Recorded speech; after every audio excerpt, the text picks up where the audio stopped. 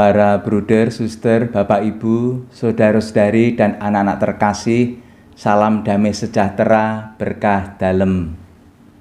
Seorang rekan mengaku pernah bekerja di suatu industri besar yang memproduksi spare parts kendaraan. Ketika sudah di pasaran, spare parts hasil industri tersebut telah berlabel Made in Japan dan menggunakan nama merek dagang bernuansa Jepang. Maka wajar apabila kebanyakan orang mengira bahwa spare parts tersebut sungguh diproduksi di Jepang oleh tenaga-tenaga orang Jepang. Namun sesungguhnya spare parts kendaraan tersebut diproduksi di Indonesia oleh tenaga-tenaga orang Indonesia. Para bruder, suster, bapak, ibu, saudara-saudari, dan anak-anak terkasih, fenomena seperti yang saya ilustrasikan tadi rupanya terjadi karena banyak orang meyakini bahwa produk impor lebih hebat daripada produk lokal.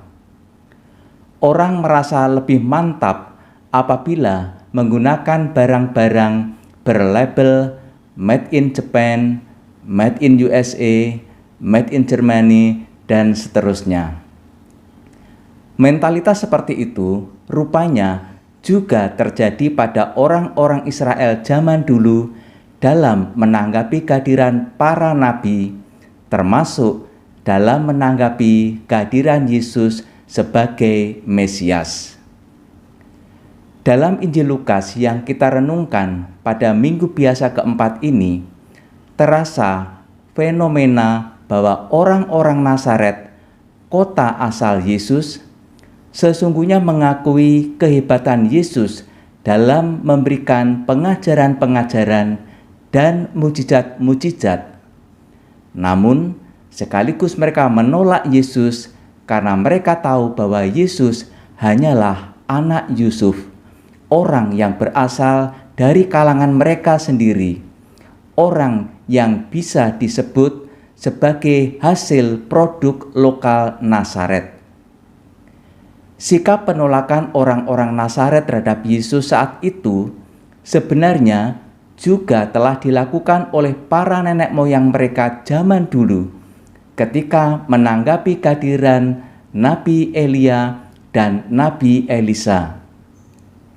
Seperti halnya Yesus melakukan banyak mukjizat di luar Nazaret, begitu pula Nabi Elia maupun Nabi Elisa melakukan mukjizat-mukjizat di luar bangsa Israel akibat ketidakpercayaan mereka. Membandingkan sikap penolakan orang-orang Nazaret terhadap Yesus dan penolakan bangsa Israel terhadap Nabi Elia dan Nabi Elisa, lalu bagaimana dengan sikap kita yang hidup di zaman sekarang?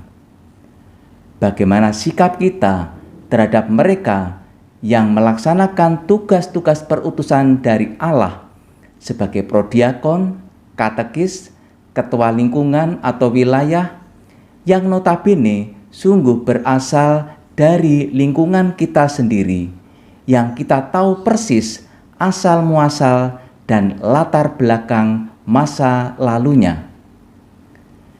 Belajar dari Injil Minggu Biasa keempat ini, semoga kita senantiasa terbuka pada rahmat Allah yang bisa hadir melalui siapa saja, termasuk mereka yang berasal dari kalangan kita sendiri dengan segala macam latar belakang masa lalunya. Tuhan memberkati kita, Bapa dan Putra dan Roh Kudus. Amin.